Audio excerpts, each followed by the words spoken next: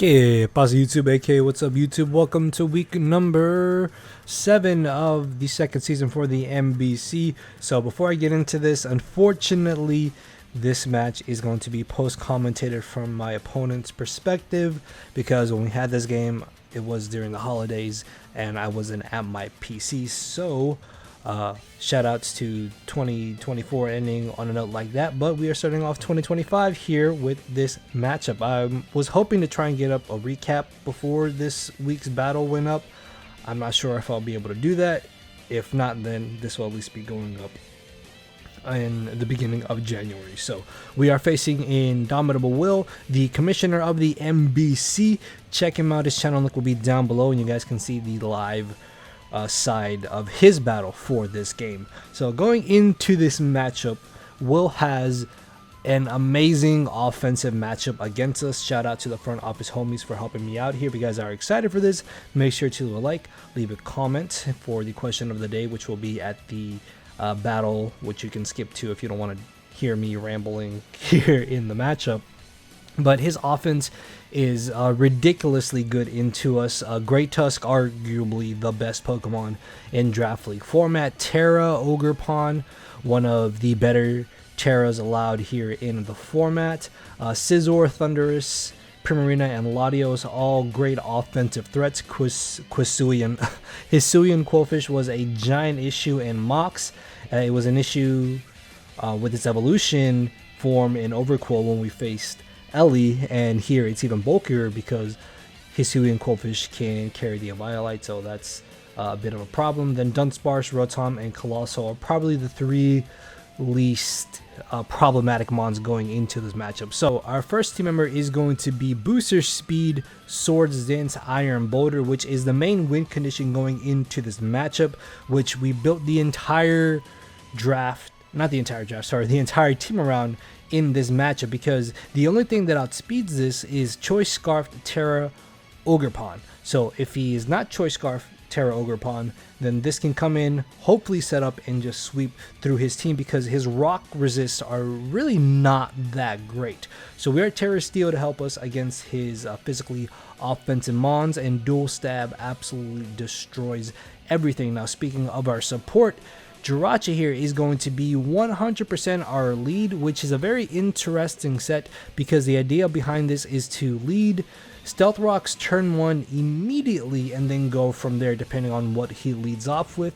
If we can get up rocks and live a hit, then we can Trick Room, which is great because then that allows Tengaloo to come in. So we can rocks, Trick Room, Steel Beam hopefully, and then go from there. If I'm able to just get up rocks, then that is more than what I need Jirachi to do in this matchup. And speaking of Tengaloo here, we are rocking a mixed tank set with the Custop Berry. I was debating on what item exactly I wanted to run on this, but Custop definitely ends up helping in some very specific scenarios because we're able to spike up, live 2-3 hits potentially, and then go from there. And Earthquake and Double Edge basically hit everything for neutral or super effective damage. So the idea is to get up rocks, then get up spikes, and then from there we bring in Deoxys Speed, which is running a very bulky dual screen set with Teleport and Taunt, and this is a set I ran earlier in the season as well, so I'm hoping he won't be expecting it here going into this matchup, because with dual screens up, then that means Boulder can come in and potentially set up and just open up a giant hole in his squad, or potentially end up sweeping. And on the off chance that it does not, then we have a bit of a backup sweeping scenario in the form of Trick Room, Memento, Sinistcha into Incineroar. Now one giant issue I noticed in my mocks is that Hisuian Quillfish is a giant problem. So the cool thing about this Incineroar set is that it can come in and use Hisuian Quillfish as setup fodder, and with the EV spread, with Substitute, we can sub into Blaze range and Custop Berry range after 4 substitutes, if I'm not mistaken. So then we'll be in Blaze range, and if we're behind a sub with Custop Berry in Blaze range, this could in theory get 2 KOs. So hopefully this does something. If not, then it could definitely catch him off guard. But the game plan is to lead Rachi, get up hazards, then screens, bring in Boulder, and kind of go from there, because that's really the best thing we can do. Will's offense is, again, just really good into us, and he does have very annoying defensive pieces. So let's see how this goes. ¿Qué pasa, YouTube? aka what's up, YouTube? So yes, if you guys skip to this point in the video, unfortunately this is going to be, again, post commentated and from my opponent's perspective. Unfortunately, this game happened around the holidays where I was not at my PC, so I do apologize about that. But if you guys do want to see a live version of this game, definitely check out our opponent, Indomitable Will. He is the commissioner of the MBC, and he was gracious enough to allow me to join for the season here. So his channel link will be down below. Definitely go ahead and check him out.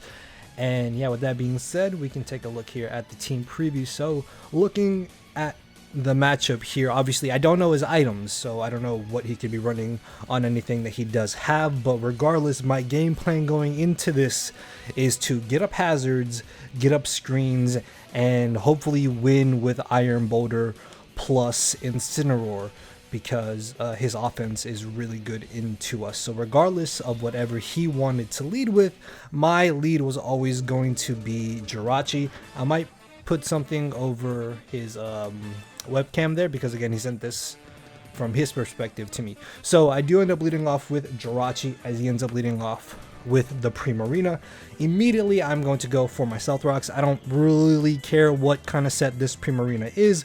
Regardless, I just want to get on my hazards. If he does outspeed me, then I can get on my Trick Room the following turn and go from there. So it actually turns out that he was a weakness policy, as you saw that he was carrying.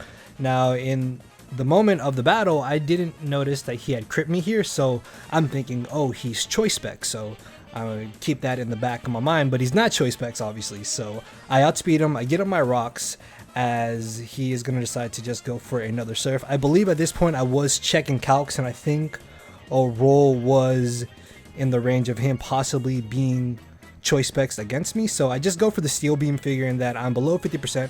I can do some good damage with the steel beam, then bring in my Tinglu and go from there, as I crit him and I actually put him into torrent range, which was really bad for me, because if I hadn't had crit him there, then I wouldn't have put him into torrent range, because that also means that my Tinglu would have been able to live 2 hits from this if he was just modest max special attack. But again, I'm thinking he's choice specs, and because I don't have my HP bar, I don't know that he is in torrent range, so I'm still thinking that these are just specs hits, and my mind is set on just getting up hazards and getting as much momentum on my side as possible after those hazards. So unfortunately, even though he is in torrent range, he doesn't knock me into Custop barrier range, which would have been great, because I could have got up another layer of spikes potentially, or knocked him out. So yeah, Tinglu is ridiculously bulky, because this is a modest max special attack Primarina in torrent range, and Tinglu just ate that surf like it was nothing. So he's gonna knock us out here with a secondary surf, which is not a big issue, because this now allows me to bring in Deoxys speed, and Deoxys speed's role is to get up dual screens and hopefully teleport on out of there, so then we can allow Iron Boulder to come in and start setting up. So again, I'm kind of messing around with calcs, I think, just to see what I want to do, or just trying to confirm that this thing is specs, because if this had something like Encore, which I do believe it does learn, or Parasong, that could have been a little bit problematic. But he's just been spamming surf, so it just further confirms in my brain that, oh, he specs, he's doing a lot of damage. So I go for the light screen, eat the hit obviously, and here I make a bit of a questionable play.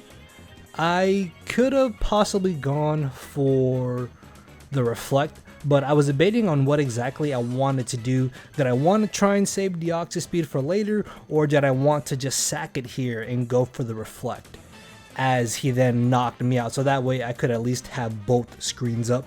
And in hindsight, in a sense, it might have been better for me to go for reflect and just lose Deoxys, but at the same time though, this allows me to save Deoxys so I can try and get up another screen later in the match if necessary, because with light screen up, this allows me to bring in my Iron Boulder. And again, I'm thinking, okay, maybe this is choice specs. It is locked into Surf because it's doing so much damage. I don't know that it's in torrent range.